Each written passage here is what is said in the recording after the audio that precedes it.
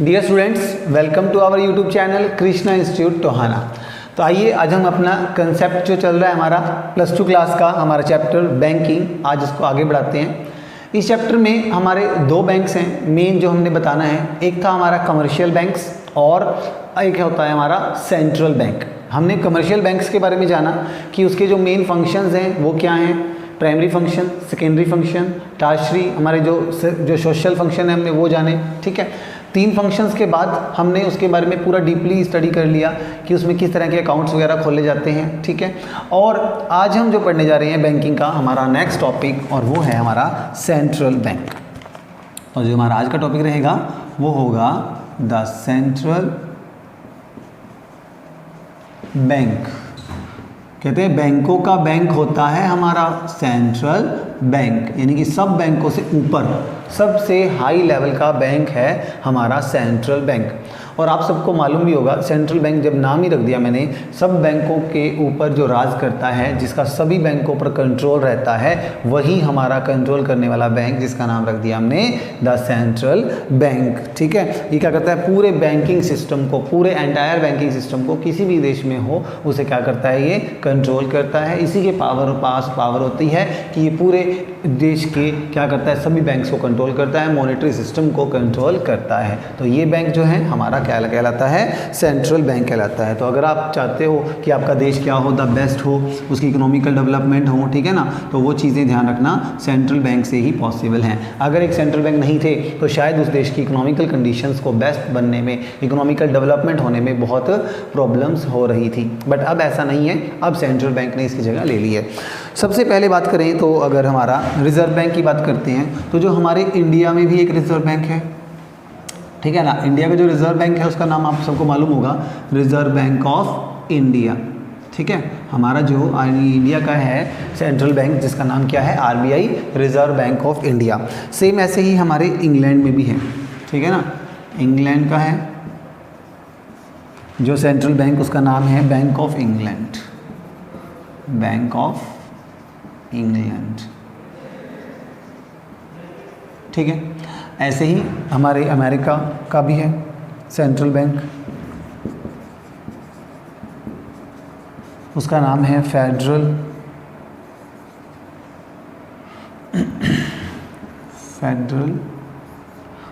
Reserve system. तो इस प्रकार हमारे ये सेंट्रल बैंक होते हैं। हर देश का अपना अपना क्या होता है, एक सेंट्रल बैंक होता है। कुछ एग्जांपल्स मैंने लिख दिए। अब बात करते हैं सबसे पहला बैंक, जो आपके पूरे वर्ल्ड में सबसे पहले जो हमारा बैंक बनाया गया था, जो सेंट्रल बैंक, वो बना था 1668 के अंदर। कहाँ बना था, स्वीडन में आया था। कुछ जानकारी है, ये बहुत इंपॉर्टेंट रहती है जब हम सेंट्रल बैंक के बारे में बात कर रहे हैं, तो आपको पता होना चाहिए। सबसे पहले 1668 ईस्वी में हमारे स्वीडन के अंदर सबसे पहला जो सेंट्रल बैंक था वो बनाया गया था, ताकि सभी बैंकों पर क्या किया जा सके, कंट्रोल किया जाए। बट उसने काम करना शुरू अभी नहीं किया था, उस पर जब काम वर्क शुरू हुआ था तब वो हुआ था 1694 में। देखो ये तो एक मान लो एप्लीकेशन रखी गई थी, स्टार्टिंग का वो प्रस्ताव रखा गया था, बट उसको बनते बनते, उसको सेटअप होते होते कितने साल लग गए, और वो 1694 के अंदर जाकर क्या हुआ, वो हमारा सेंट्रल बैंक जो था पहला वो स्टार्ट हुआ था। ठीक है, तो ये था हमारा सबसे पहला, स्वीडन के अंदर था जो हमारा, ठीक है ना। तो आपका उसके बाद ये जो चला था आपका इंग्लैंड के अंदर, ठीक है, वो खुला गया था। तो इस तरह से आपके जो बैंक थे आपके आए हैं एग्जिस्टेंस में। तो सेंट्रल बैंक का जो मेन जो स्टार्टिंग हुई है 1668 स्वीडन से, उसके बाद 1694 में आपका इंग्लैंड हो गया। ठीक है, वहाँ पे मेन हुआ।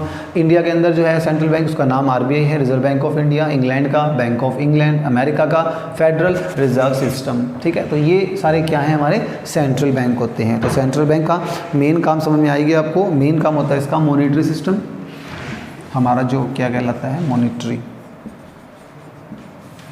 सिस्टम।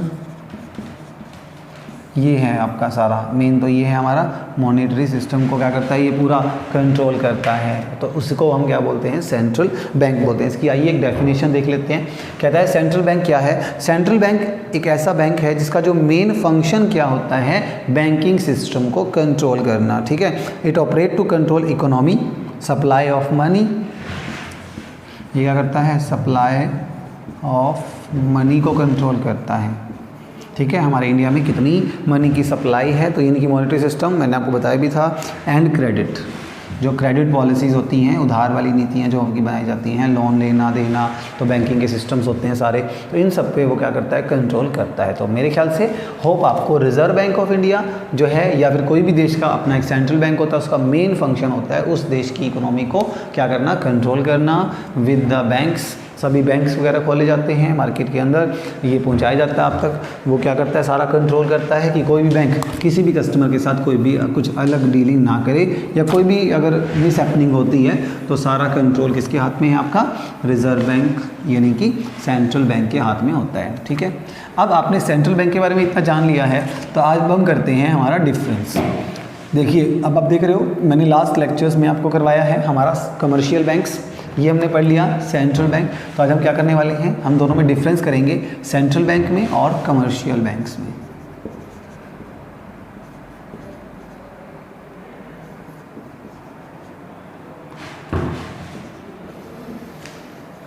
ठीक है, तो सेंट्रल बैंक और कमर्शियल बैंक्स दोनों में क्या डिफरेंस हैं, आज हम वो करने वाले हैं। हम करेंगे इनमें डिफरेंस।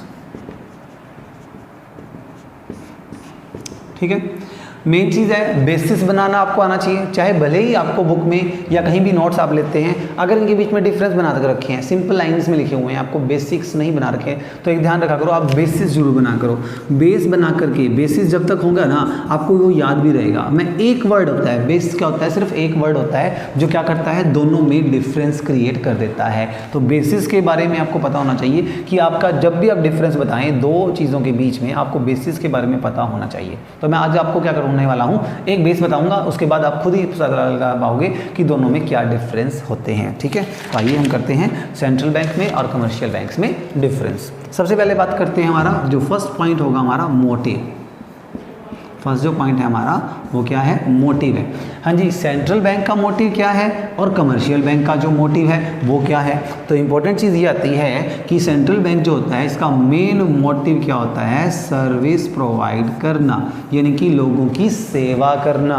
जबकि कमर्शियल बैंक का ऐसा नहीं होता है। कमर्शियल बैंक का मेन काम क्या होता है भाई, लाभ कमा के देना, प्रॉफिट अर्न करना, ज़्यादा से ज़्यादा लाभ कमाना और सेंट्रल बैंक तक पहुँचाना, ताकि उस देश की इकोनॉमिकल कंडीशन को डेवलप किया जा सके, बेहतर बनाया जा सके। तो हमारा मोटिव मेन टारगेट हो गया कि सेंट्रल बैंक का मेन मोटिव होता है लोगों की, पब्लिक की सेवा करना, और जो कमर्शियल बैंक्स हैं वहाँ पर उनका जो मेन टारगेट रहता है वो लोगों के पैसे सेविंग रखते हैं, फिर उस पैसे को आगे इन्वेस्ट कर देते हैं, कहीं भी करें, शेयर मार्केट में करें, जहाँ भी करें, तो बट उनका जो मेन टारगेट रहता है वो होता है प्रॉफिट को अर्न करना। तो मेरे ख्याल से आपको क्लियर हुआ होगा, हम बेसिस के हिसाब से उनके दोनों के बीच में क्या कर सकते हैं, इजीली डिफरेंस क्रिएट कर सकते हैं। ठीक है ना, तो नेक्स्ट पॉइंट है सेकंड, वो है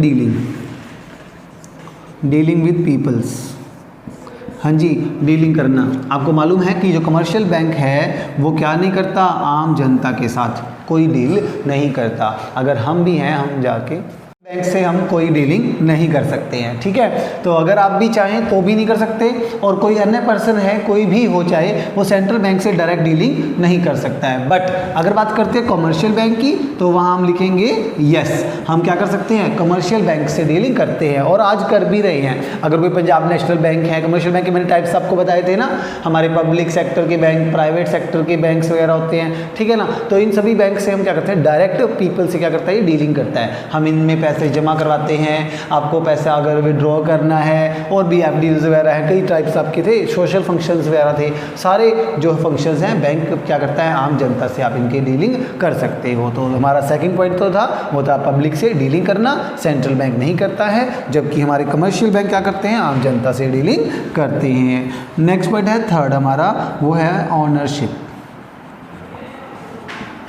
नेक्स्ट पॉइंट है हमारा थर्ड, उसका नाम है ऑनरशिप। यानी कि जो सेंट्रल बैंक होते हैं वो क्या होते हैं, हमारे स्टेट ऑन्ड नहीं होते हैं, ये क्या होते हैं, गवर्नमेंट के द्वारा चलाए जाते हैं। हमारे जो देश की सरकार है उसके द्वारा ये चलाया जाता है। तो जो इस सेंट्रल बैंक के ऊपर ऑनरशिप होती है वो किसकी होती है, गवर्नमेंट की होती है। जबकि हमारे जो कमर्शियल बैंक हैं वो क्या होते हैं, स्टेट ऑन्ड होते हैं। स्टेट मतलब आपका, जैसे कि जिस स्टेट में वो होता है, हरियाणा है तो हरियाणा सरकार का होगा, पंजाब है तो पंजाब सरकार का होगा, इस प्रकार स्टेट वाइज क्या होते हैं इनके कमर्शियल बैंक्स के आपके जो ऑनरशिप होती है वो होती है। तो आपकी क्या करेंगे हम, स्टेट ऑन्ड इंस्टीट्यूशन होगी हमारी, और जबकि आपको ध्यान रखना ये गवर्नमेंट का है और ये हमारा स्टेट भी हो सकता है, प्लस ये आपका प्राइवेट भी हो सकता है।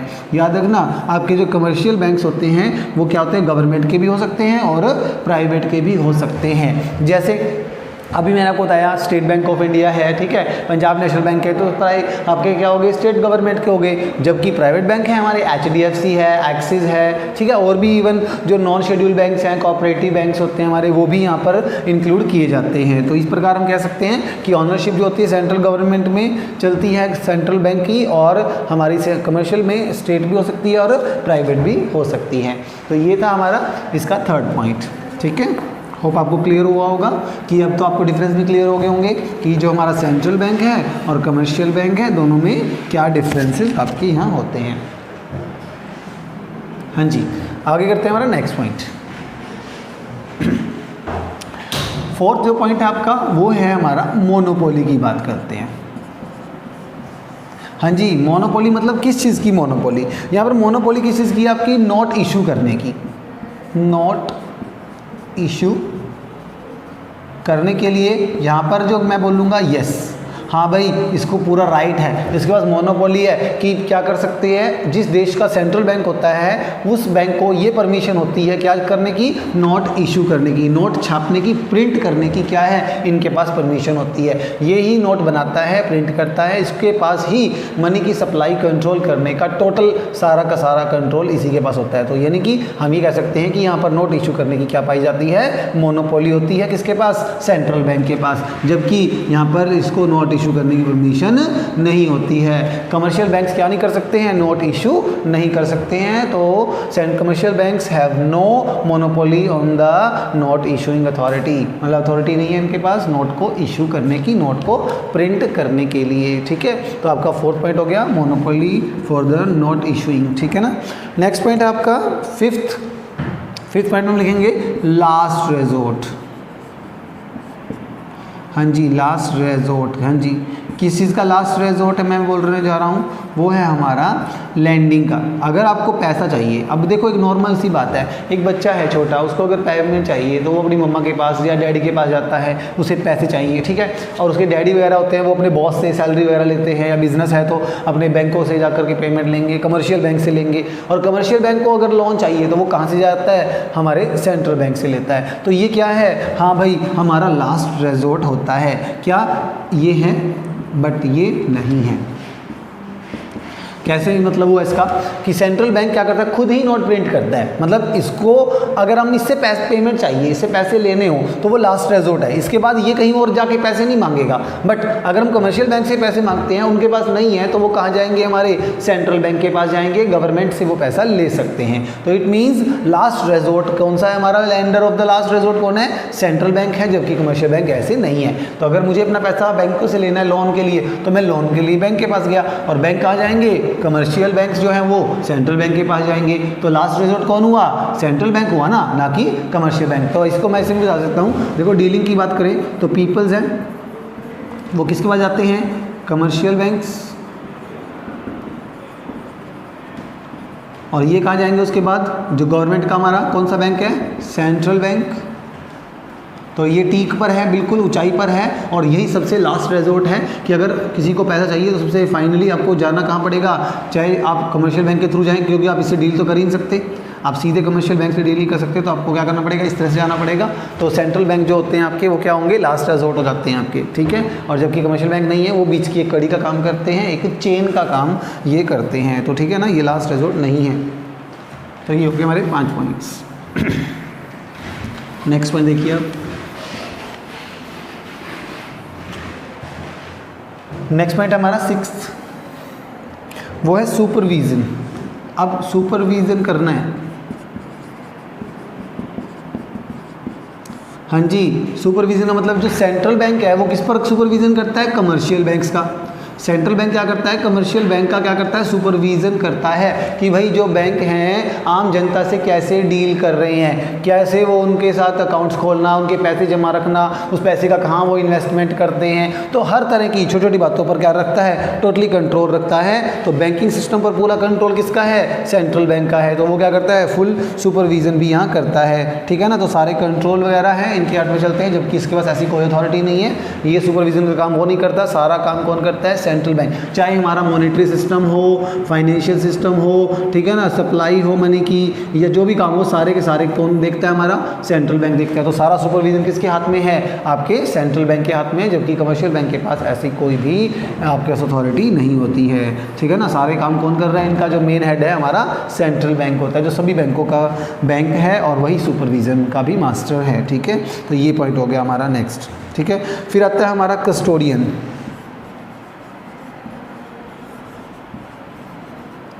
Of foreign exchange.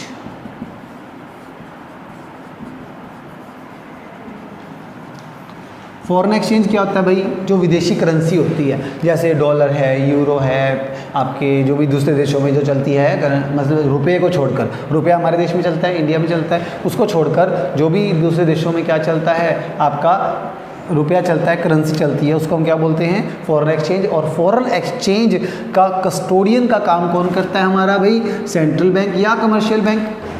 मेन काम किसका है, आपका सेंट्रल बैंक है। मैंने आपको बताया भी था, जो आपका क्या है, कंट्री के अंदर, अगर मैं पूरे देश की बात करूं, पूरे देश के अंदर जो पैसा विदेशों से इंडिया में आ रहा है, तो उस पर कंट्रोल कौन करेगा, हमारा सेंट्रल बैंक करता है। विदेशी बैंक क्या करते हैं, पूरा कंट्रोल करता है कि हमारे देश में विदेशी करेंसी कितनी आ रही है, कितनी जा रही है, केवल। और ये क्या करता है, ये तो केवल एक कन्वर्जन का काम करता है, एक मीडिएटर का काम करता है।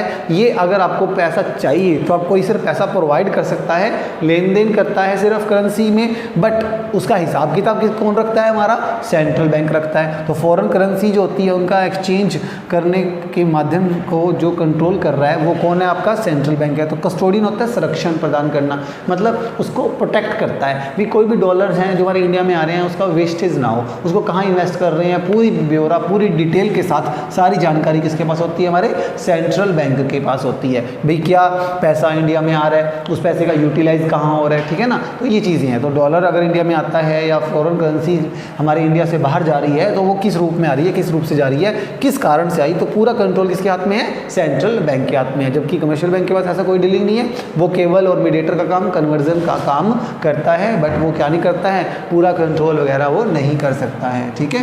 ये चीज़ ध्यान रखने वाली है कि आपका फॉरेन एक्सचेंज का जो कस्टोडियन है वो कौन है, हमारा सेंट्रल बैंक होता है, ना कि कमर्शियल बैंक होते हैं।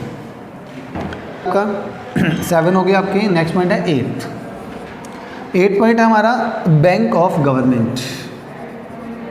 बैंक ऑफ गवर्नमेंट, हाँ जी, आपको तो ये तो नाम से ही सब पता चल रहा है। जो सेंट्रल बैंक है वो क्या है, हमारा गवर्नमेंट का बैंक है। सरकार के पैसे का सारा हिसाब किताब कहाँ होता है, सेंट्रल बैंक के पास होता है। पैसे को रखना, जमा करके रखना, ठीक है ना। और पैसे का हिसाब किताब जो सरकार भी अपना सारा पैसा कहाँ जमा करवाती है, हम सेंट्रल बैंक के पास जमा कराती है। जबकि कमर्शियल बैंक क्या होता है, जो आम पीपल्स होते हैं ये उनके लिए काम करती है, ठीक है। ये कमर्शियल बैंक जो आम जनता है उनके पैसा, उनकी सेविंग्स, उनकी इन्वेस्टमेंट को संभालता है हमारा कमर्शियल बैंक। और जो गवर्नमेंट का बैंक कौन है, हमारा सेंट्रल बैंक है। तो सरकार का जितना पैसा है, सरकार का जितना भी मनी कंट्रोल आप करता है वो कौन है, हमारा सेंट्रल बैंक। तो सारा पैसा कहाँ जमा है, गवर्नमेंट का उनके सेंट्रल बैंक के पास डिपॉजिट किया गया है। तो ये था हमारा बैंकर ऑफ द गवर्नमेंट। और सारी बैंकिंग एक्टिविटी तो पता है, जो भी बैंकिंग एक्टिविटी गवर्नमेंट की होती है वो सारी किसी देख रेख में होती है, सारी की सारी सेंट्रल बैंक की कंट्रोल में चलती है, ठीक है ना। और आम जनता जो डीलिंग कर रही है वो अपना कमर्शियल बैंक से कर रही है। नेक्स्ट पॉइंट है आपका रिजर्व। एक रिजर्व मेंटेन करना पड़ता है। सेंट्रल बैंक को ऐसा कोई भी रिजर्व मेंटेन नहीं करना पड़ता कि वो अपने पास कुछ रिजर्व के रूप में रखेगा, ऐसा कुछ नहीं है। जबकि कमर्शियल बैंक्स को क्या करने पड़ते हैं, रिजर्व रखने पड़ते हैं। किसके पास रखने पड़ते हैं, हमारे सेंट्रल बैंक के पास, यानी कि आरबीआई के पास। ये हमने लास्ट टाइम एक डिस्कस भी किया था कि जब भी मॉनेटरी पॉलिसी होती है देश में, नोट छापने हो, प्रिंट करने हो, तब सभी बैंकों को मतलब हमें गवर्नमेंट को देना पड़ता है रिजर्व के रूप में, कितना पैसा जमा कराना पड़ता है। तो यहाँ पर रिजर्व ना होकर के अब वो रिजर्व क्या है, यहाँ पर भी है। सेम ऐसा ही अब कमर्शियल बैंक भी होते हैं। कमर्शियल बैंक के पास दिन में जो भी पैसा आता है, मान लीजिए एक दिन में आए हैं 1000 रुपये आए हैं, ठीक है, पूरे इंडिया में बैंकों में 1000 रुपये आए हैं, ये 1000 करोड़ हो सकते हैं, 1000 अरब हो सकते हैं, कुछ भी हो सकता है, तो इसका कुछ परसेंट तो बैंक अपने पास रखेगा, कुछ परसेंट उसको आरबीआई के पास क्या करवाना पड़ता है, जमा करवाना पड़ता है, और वो पैसा, वो परसेंटेज क्या कहलाती है, कैश रिजर्व रेशो। क्या कहलाती है वो, कैश रिजर्व रेशो। मैं यहाँ पूरा लिख देता हूँ, कैश रिजर्व रेशो, यानी कि हर साल जो भी आपका पैसा बैंकों के पास आता है उसका कुछ परसेंट आरबीआई के पास रिजर्व के रूप में क्या कराना पड़ता है, जमा कराना पड़ता है, उसे बोलते हैं कैश रिजर्व रेशो, CRR। और ये परसेंटेज भी कौन डिसाइड करता है, हमारा सेंट्रल बैंक खुद डिसाइड करता है कि बैंकों को कितना पैसा आरबीआई के पास यानी कि सेंट्रल बैंक के पास जमा करवाना पड़ेगा। तो आपको क्या होगा, ये ध्यान रखने वाली बात है कि सेंट्रल बैंक को क्या कराना होगा, कुछ अमाउंट रिजर्व के रूप में क्या है इसके पास जमा होते हैं, बट इनको नहीं कहीं रखना होता रिजर्व कौन रखता है, सारा कमर्शियल बैंक जमा करवाते हैं, किसके पास, आरबीआई के पास, सेंट्रल बैंक के पास। तो ये हमारा 9th और हमारा अब है लास्ट पॉइंट। होप आपको ये क्लियर हो रहे होंगे, डिफरेंस बहुत ही आसान है। आप इनमें से कोई भी बढ़िया जो भी आपको सही लगे, ईजी लगे, याद करने में आसान, वो आप 5 या 6 पॉइंट्स आप इसके ईजिली कर सकते हैं। आपको मैं 10 पॉइंट्स करवा दिए हैं, 10वां मैं एक और बता देता हूँ आपको। लास्ट जो पॉइंट है हमारा, clearing housing function, clearing housing function, ठीक है, क्लियरिंग हाउसिंग फंक्शन। ये क्या होता है भाई, क्लियरिंग हाउसिंग फंक्शन का पहले मीनिंग समझो आप, फिर मैं बताता हूँ आपको दोनों में क्या डिफरेंस है। मान लीजिए एक बैंक है हमारा पंजाब नेशनल बैंक, ठीक है, पीएनबी बैंक है, और एक बैंक है हमारा state bank of India, SBI है, ठीक है, 2 बैंक है आपके पास, ठीक है। एक पर्सन है, उसका खाता है ए का पीएनबी बैंक में, और एक व्यक्ति है कौन, बी, उसका अकाउंट कौन से में है, SBI बैंक में है। ए ने बी को पेमेंट कर दी, किससे की, चेक से। कैसे पेमेंट की, उसने चेक से पेमेंट कर दी। ए ने बी को पेमेंट कर दी, कितने रुपए की, 1 लाख रुपए की पेमेंट कर दी है, किससे, बाय द चेक, ठीक है। ऐसे ही बी एक था किसी एक और पर्सन को, पीएनबी में एक सी बंदा और भी होगा, और एक इसमें SBI में बंदा और होगा कोई डी, तो डी ने क्या किया, सी को भी एक पेमेंट कर दी, कितने की, 5 लाख रुपए की, ठीक है। तो डी ने किसको पेमेंट करी, सी को, और चेक किसका दिया होगा, SBI का चेक दिया होगा, और यहाँ से ए के पास बी ने किया होगा पेमेंट चेक से, तो कौन सा चेक गया होगा, पीएनबी का चेक गया होगा। अरे भाई SBI ने पीएनबी का चेक एक्सेप्ट कर लिया, और पीएनबी ने किसका एक्सेप्ट कर लिया, SBI का एक्सेप्ट कर लिया, और दोनों में जो डिफरेंस था आखिरकार 4 लाख रुपए का, तो मतलब एक्चुअल डीलिंग कितनी हुई इनकी, 4 लाख की हुई। मतलब इन्होंने आपस में एक दूसरे के चेक को क्या कर लिया, सेटलमेंट कर लिया, किसके कहने पर, सेंट्रल बैंक के कहने पर। सेंट्रल बैंक ने ये कह रखा है कि सभी कमर्शियल बैंक्स आपस में एक दूसरे के चेक जो है वो रिसीव कर सकते हैं, कोई किसी को भी अपना चेक दूसरे के अकाउंट में डलवा सकता है, और उसको क्लियर करना इनकी खुद की जिम्मेदारी होगी। कहा किसने, सेंट्रल बैंक ने। तो सेंट्रल बैंक के पास अथॉरिटी थी, उसने एक फंक्शन डाल दिया कि सभी के सभी कमर्शियल बैंक्स को एक क्लियरिंग हाउसिंग फंक्शन दे दिया कि भाई आपको अपना क्या करना है, सारी क्रेडिट को कंट्रोल करने के लिए आपस में दूसरे के चेक वगैरह हैं वो लेन देन कर सकते हैं, और सारे क्या करते हैं, इस पर परफॉर्म करते हैं। और जो SBI को, देखो नॉर्मल सी बात है, कमर्शियल बैंक कोई भी सेंट्रल बैंक की बात को टाल नहीं सकता, जो इसने कह दिया फाइनली डन है, और वो मानेंगे भी। तो इस प्रकार हम ये कह सकते हैं कि सेंट्रल बैंक और कमर्शियल बैंक में ये डिफरेंस है कि ये ऑर्डर देने वाला है और ये ऑर्डर को मानने वाला है। तो इस प्रकार इनके बीच में ये डिफरेंस हो गया आपके 10। तो मैं आपको फटाफट से एक बार रिपीट कर देता हूं कि डिफरेंस क्या थे। सबसे पहले मोटिव, इसका मोटिव क्या होता था आपको बताया गया, इसका मोटिव था प्रॉफिट ना कमा करके सेवाएं देना, इसका प्रॉफिट कमाना था। डीलिंग है, ये आम जनता से डीलिंग नहीं करता है, जबकि कमर्शियल बैंक आम पीपल से डीलिंग कर सकता है। नेक्स्ट पॉइंट था आपकी ऑनरशिप, यहाँ पे क्या होता है, गवर्नमेंट के द्वारा ऑनरशिप होती है इसकी, बट यहाँ पे गवर्नमेंट भी प्राइवेट भी हर तरह का यहाँ आपका क्या हो सकता है, कोई भी व्यक्ति इससे डीलिंग कर सकता है, और ये ऑनरशिप इसकी प्राइवेट भी हो सकती है। ठीक है, उसके बाद है आपका लास्ट रेजोर्ट, ये क्या है, लेंडर ऑफ लास्ट रेजोर्ट है, मतलब मनी आपको चाहिए, पैसा चाहिए आपको, तो सबसे ऊंची चोटी पर पीक पर बैठा हुआ है ये बैंक, आपको इससे तो पेमेंट मिलेगी ही मिलेगी, आपको जाने की जरूरत नहीं है। तो इस प्रकार आप क्या कर सकते हो, बढ़िया से अच्छे पॉइंट आप क्या कर सकते हो, इजीली कर सकते हैं। तो ये था हमारा difference in central bank and commercial bank. तो अब आपको सेंट्रल बैंक के बारे में क्या है बहुत अच्छे से जानकारी मिल गई कि सेंट्रल बैंक का कमर्शियल बैंक से क्या डिफरेंस है। नेक्स्ट लेक्चर में हम करेंगे कि सेंट्रल बैंक के मेन फंक्शंस क्या क्या हैं, ताकि आपको ये पता चले कि हमारे देश का जो आरबीआई है, रिजर्व बैंक ऑफ इंडिया है, वो कौन कौन से एक्शन परफॉर्म करता है, हमारे देश की इकोनॉमिकल को कैसे वो इकोनॉमी को डेवलप करने के काम करता है। Thank you students.